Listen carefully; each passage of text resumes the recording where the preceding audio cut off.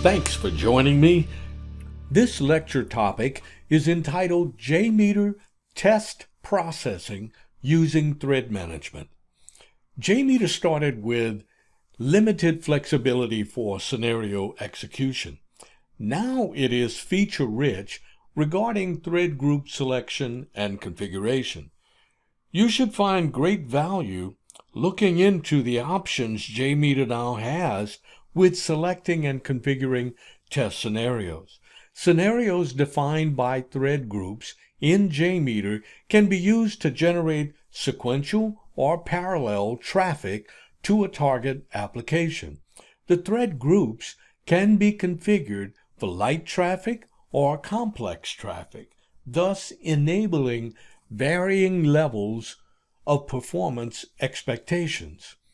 I would like to touch on each of the thread groups that can be selected in JMeter to provide you with good knowledge of what can be accomplished through thread groups. There used to be just the one thread group that came with the install. Now there are several to choose from that does more than the original. The original does a good job with identifying how many virtual users should be enabled as a thread and how fast they should ramp up in seconds. Once they are active, a loop control can indicate how many items or how many times that should restart, a count or forever. As a complement to the looping, this thread group can include scheduling, which will control how long the threads loop and how long should there be a delay before the loop starts.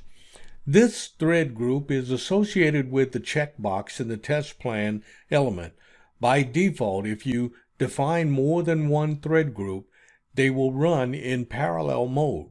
But if the checkbox on the test plan element is checked, multiple thread groups will run in sequence mode. This means when the first thread group completes, the next will start up. The arrivals thread group is used to schedule an arrival scenario, which is an iteration start. The scheduling is a way to describe a load. The thread group is designed to set several users per second with a ramp-up period and step-up count to increase the intensity. It then has the capability of establishing a duration which can then force more iterations to maintain the duration. A sample test scenario that it can help with is one that answers the question or test requirement: is the application performing optimally when customers are purchasing 30 flights per minute within 1 hour? In other words, what happens when customers schedule flights every 2 seconds for an extended period? Can the database handle it? Can the server keep responding?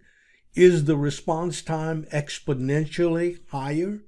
With the concurrency thread group, you have the ability to set a target user concurrency along with establishing a ramp period, a ramp count, and how long to maintain the concurrency. This is a common test requirement where an example might be a longevity test to check for memory leaks or congestion. The scenario might be what happens at the start of the day as users log in and schedule flights and others ramp up with flight inquiries and cancellations over a period of 3 to 4 hours. The free-form arrivals thread group is designed for load and stress testing scenarios and even spike testing.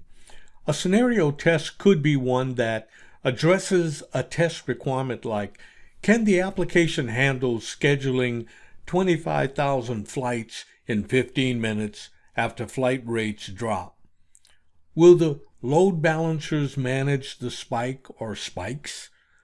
The freeform arrivals thread group is like the arrivals thread group, but the scheduling is more flexible.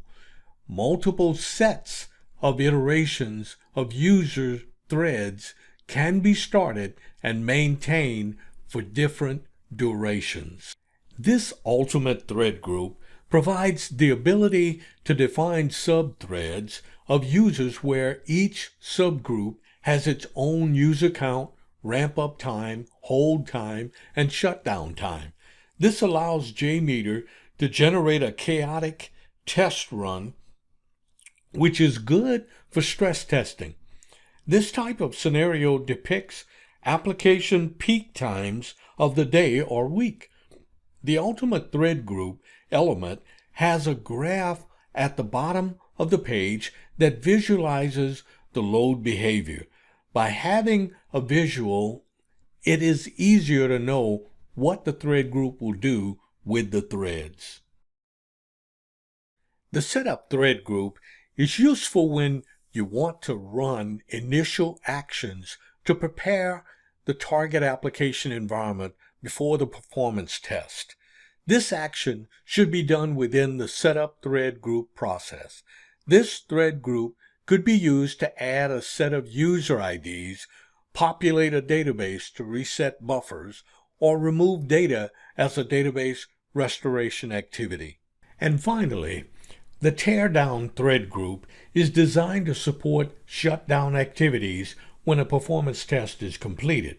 After all the thread groups are completed, this group is activated to perform certain tasks such as delete users, delete data that was added by the test, verify data status, or restore data that was removed by the test. My time has ended for this session. I thank you for yours. Join me in the next video.